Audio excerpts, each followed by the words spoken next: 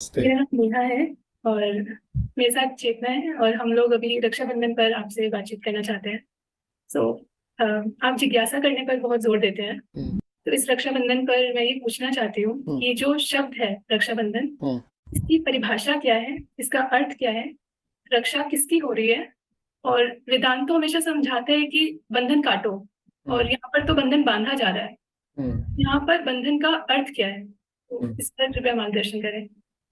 हम्म। देखो, बहुत बहुत अच्छा सवाल है। सबसे पहले तो नहीं तो बहुत आसान है कि कह देना कि रक्षाबंधन का वही मतलब है जो ज़्यादातर लोग कुछ कई सौ सालों से सोचते आ रहे हैं।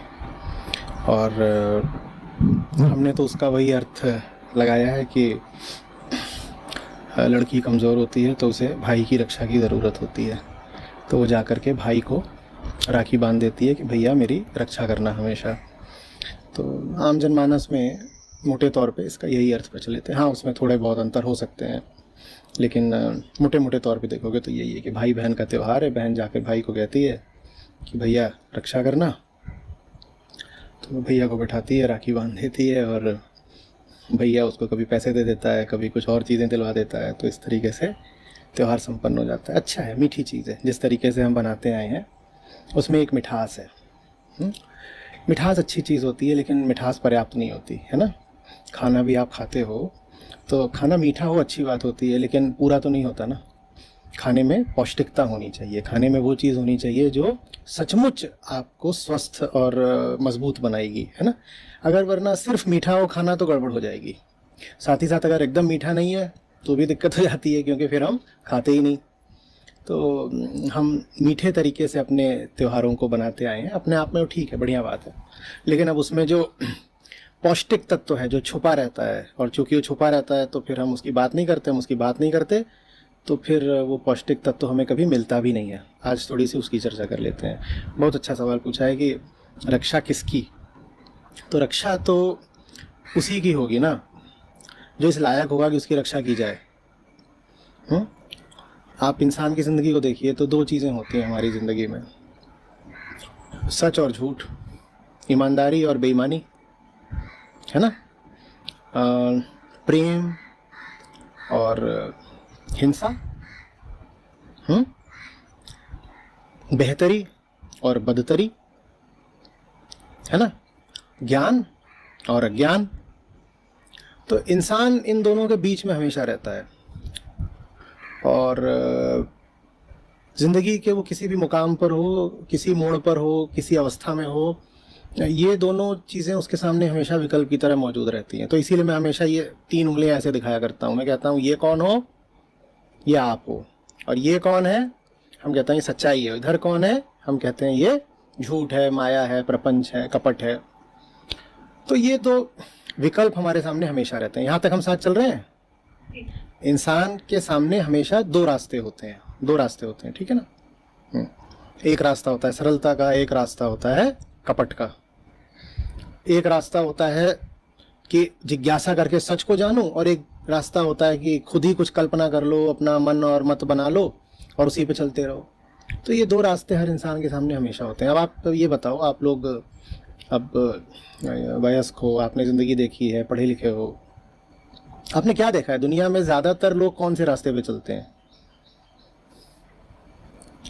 कपट के रास्ते पे। कपट के रास्ते पे। तो मैं पूछूं कि ईमानदारी और बेईमानी का रास्ता है तो ज़्यादातर लोग किस रास्ते पे चल रहे हैं?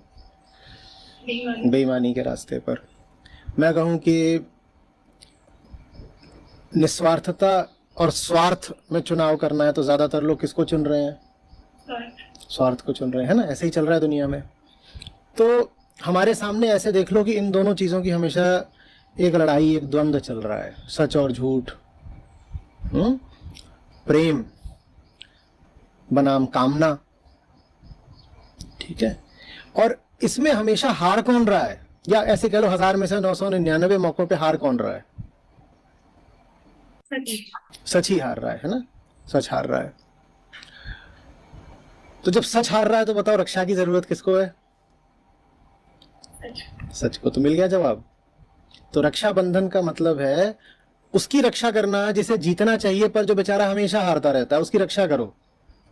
उसको बचाओ जिसे बचना चाहिए पर जिसकी ज्यादातर मौत ही होती रहती है।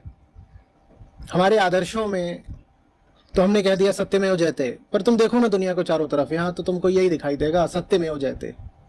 असत्यमेव जयते, असत्य ही जीत रहा है। यहां तक कि सत्य को जिताने के लिए कृष्ण कहते हैं मुझे खुद आना पड़ता है। कहते हैं यदा यदा हि धर्मस्य ग्लानिर्भवति भारत, तो कहते हैं परित्राणाय साधूनां विनाशाय च दुष्कृतां संभवामि। तो युग युग में आना पड़ रहा है, युग युग में आना पड़ रहा है। युग माने लगातार ही आना पड़ रहा है भाई। क्या करने के लिए आना पड़ रहा है कि धर्म की ग्लानि यानी धर्म की हानि हो रही है। और जो सीधे सरल लोग हैं माने साधु, वो बेचारे दुखी हैं, और जो दुष्ट लोग हैं वो छाए हुए हैं। तो परित्राणाय साधूनां विनाशाय च दुष्कृतां आना पड़ रहा है स्वयं कृष्ण को। इस बात का जरा थोड़ा सा गहरा मतलब समझो। अगर सच को जिताने के लिए कृष्ण को आना पड़ रहा है, इसका मतलब सच की ज्यादातर क्या हो रही है?